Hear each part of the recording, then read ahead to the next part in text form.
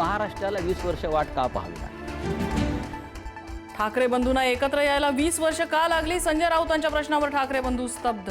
राज ठाकरे आणि उद्धव ठाकरेंच्या संयुक्त मुलाखतीचा टीझर प्रदर्शित. 8 आणि 9 जानेवारीला 2 भागात दाखवणार मुलाखत.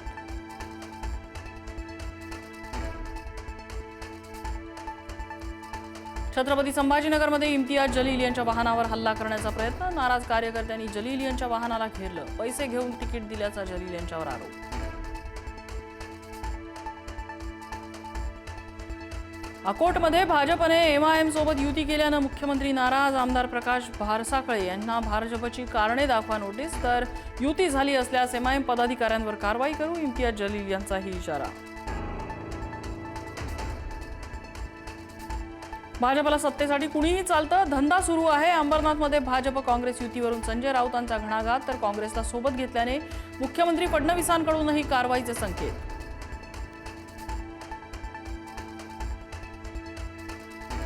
नागपुरात उद्या तर्री पोहे विथ देवाभाऊ. मुख्यमंत्री फडणवीस नागपूर महापालिका विकासाचा अजेंडा मांडणार. अभिनेत्री स्पृहा जोशी आणि भारत गणेशपुरे घेणार मुलाखत.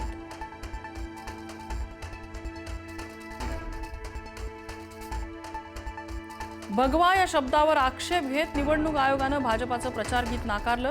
निवडणूक आयोगाला भगव्याचं वावडं का? भाजपाचे मुख्य प्रवक्ते केशव उपाध्ये यांचा प्रश्न.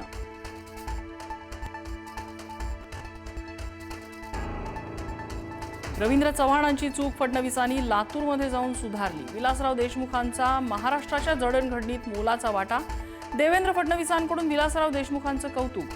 विलासराव देशमुखांच्या आठवणी पुसल्या जातील. रवींद्र चव्हाणांच्या वक्तव्यानं झाला होता वाद.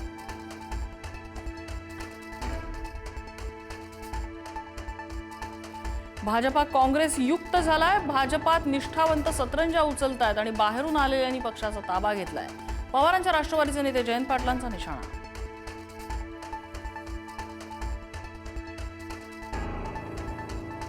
कोल्हापूर महापालिकेसाठी काँग्रेसचा जाहीरनामा प्रसिद्ध. 15 जानेवारी काँग्रेसच भारी नवी टॅगलाईन. काँग्रेसचा जाहीरनामा आई अंबाबाईच्या चरणी अर्पण.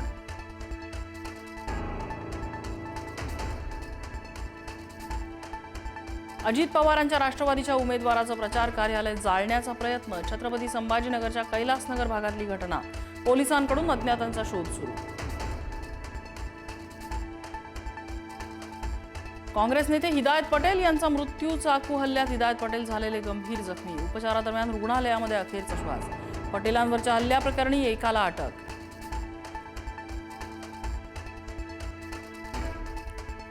नागपुरातील माजी नगरसेवक उमेदवारांच्या संपत्तीत दुपटीनं वाढ. माजी महापौर माया इवणातेंची संपत्ती 2 कोटींहून 4 कोटींवर. तर उमेदवार वैशाली चोपडेंच्या कुटुंबाची संपत्ती 58 कोटी 13 लाख.